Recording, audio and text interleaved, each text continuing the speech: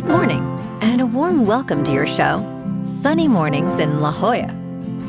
I'm your host, Melissa, and it's Tuesday, April 28th. You'll be interested to know.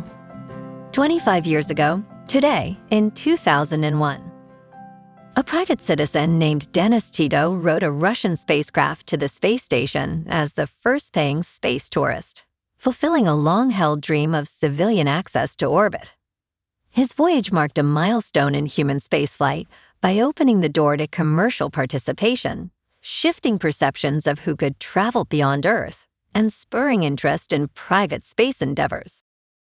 So now you know. And now, it's time for the Surf Report. Tuesday in La Jolla. This morning, it's looking clean with 2 feet of waves. Conditions will shift to fair by 8 a.m. and then become choppy as the wind picks up to onshore at 7 miles per hour by 9 a.m. Expect the wind to stay onshore and increase to 15 miles per hour by 2 p.m.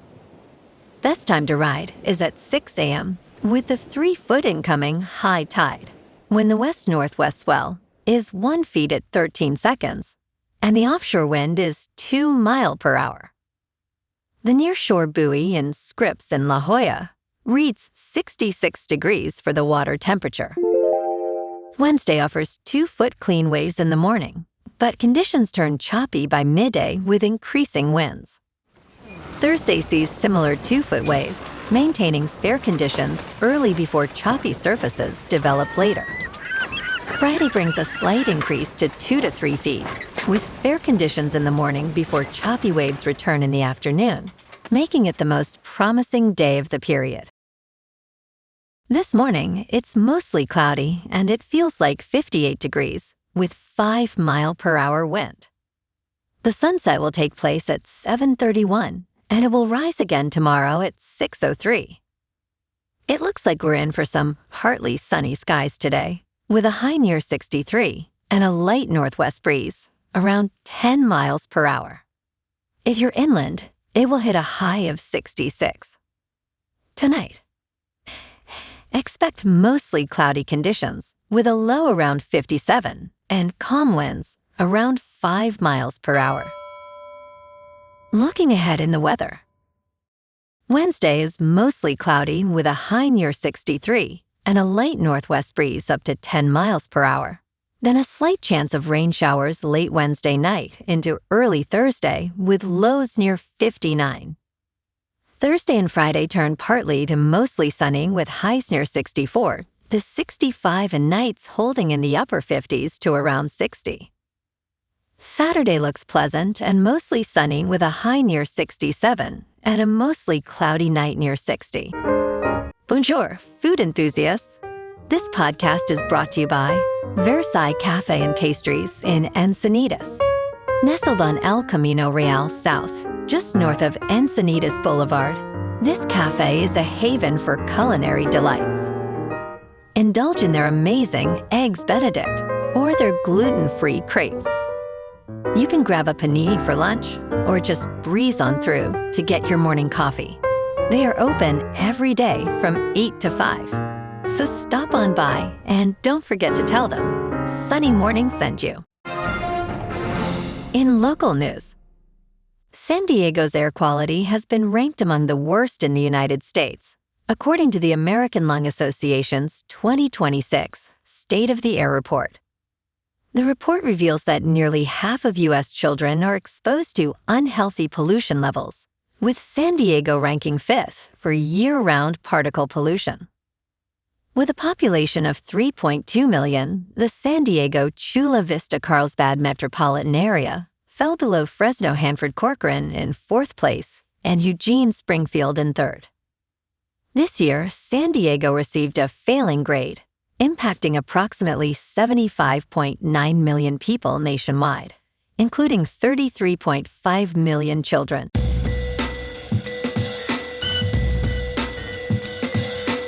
Now on to sports.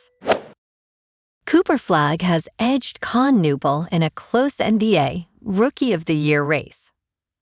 On April 27, 2026, the Dallas Mavericks celebrated their third Rookie of the Year award. Flag, the #1 pick in last year's draft, joins Jason Kidd and Luka Doncic as the only Mavericks to earn this honor. He averaged 21 points, 6.7 rebounds, 4.5 assists, 1.2 steals, and 0.9 blocks this season. Flag's historic performance included a record 51 points in a game against the Orlando Magic. "This is a truly great honor," Flag stated, expressing gratitude to the Mavericks organization for their support. In local sports, the Padres keep rolling.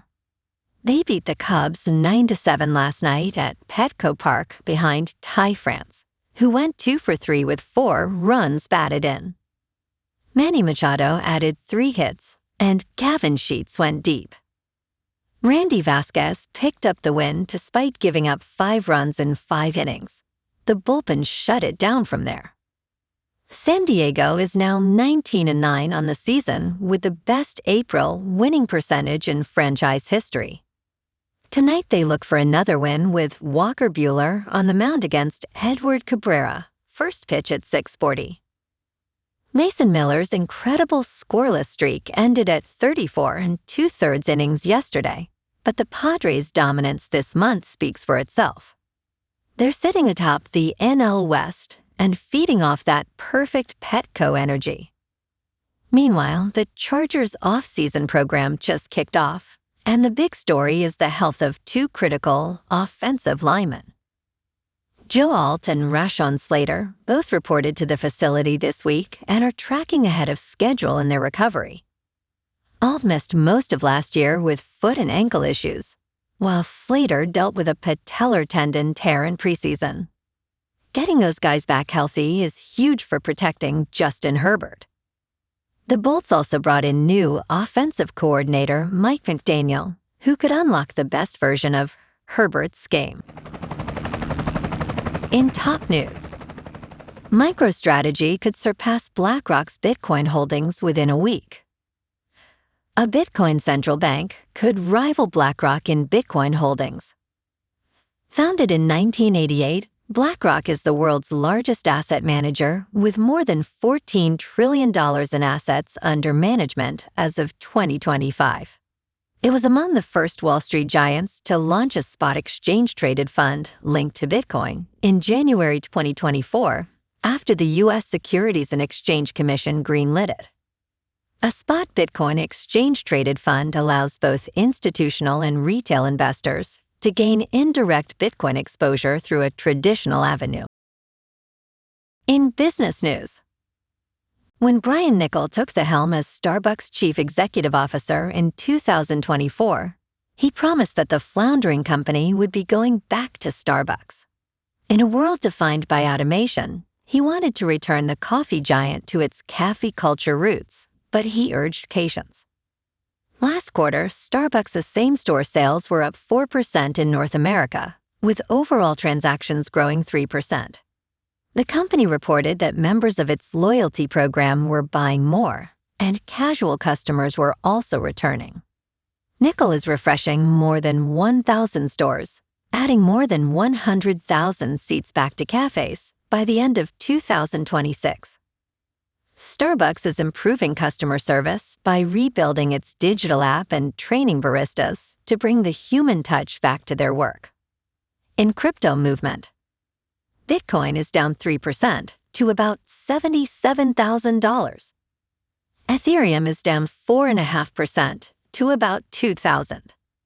And XRP is down 3% to $1.39.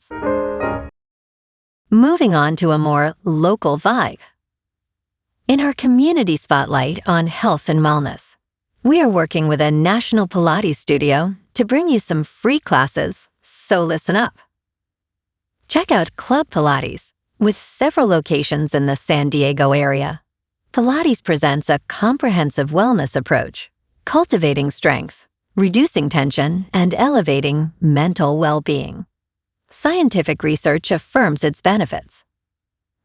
So now you can check out Club Pilates for a free class, with locations in Encinitas, Solana Beach, Oceanside, La Jolla, and more. Just be sure to tell them Sunny Morning sent you by. And now, back to the show. Let's talk tech. Apple Wallet's new digital ID feature has just added more ways to use it. Last fall, Apple launched a new digital ID feature in the Wallet application.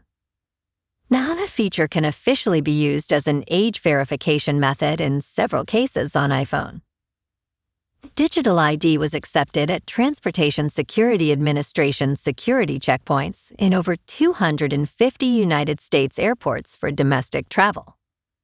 Apple promised more uses in the future. Users will be able to present their digital ID at select businesses for identity and age verification in person, in applications and online. And in entertainment news, the $50 movie ticket has arrived. Theaters are raising prices for avid moviegoers, despite complaints from Hollywood studios. One of the best-selling points of a night out at the movies has long been how inexpensive it was for 2 hours of entertainment. That is not the case when it costs $50 a ticket. Regal Cinemas recently charged that amount for opening night seats to see December's Dune, Part 3. Eye-popping prices for in-demand movies on premium screens are becoming common. 17% of film tickets sold last year were for premium format theaters, compared to 13% in 2021. Welcome to the new box office reality. Well, alrighty folks, it's time for the quote of the day. And today, our quote comes from the American astronaut and physicist, Sally Ride. And she said, "The stars don't look bigger, but they do look brighter." And that's a wrap for this morning. You can check out our Instagram, YouTube, and TikTok for some captivating aerial videos with local news and the surf reports. Have an amazing day, my good friends. We'll see you tomorrow with another episode of Sunny Mornings in La Jolla.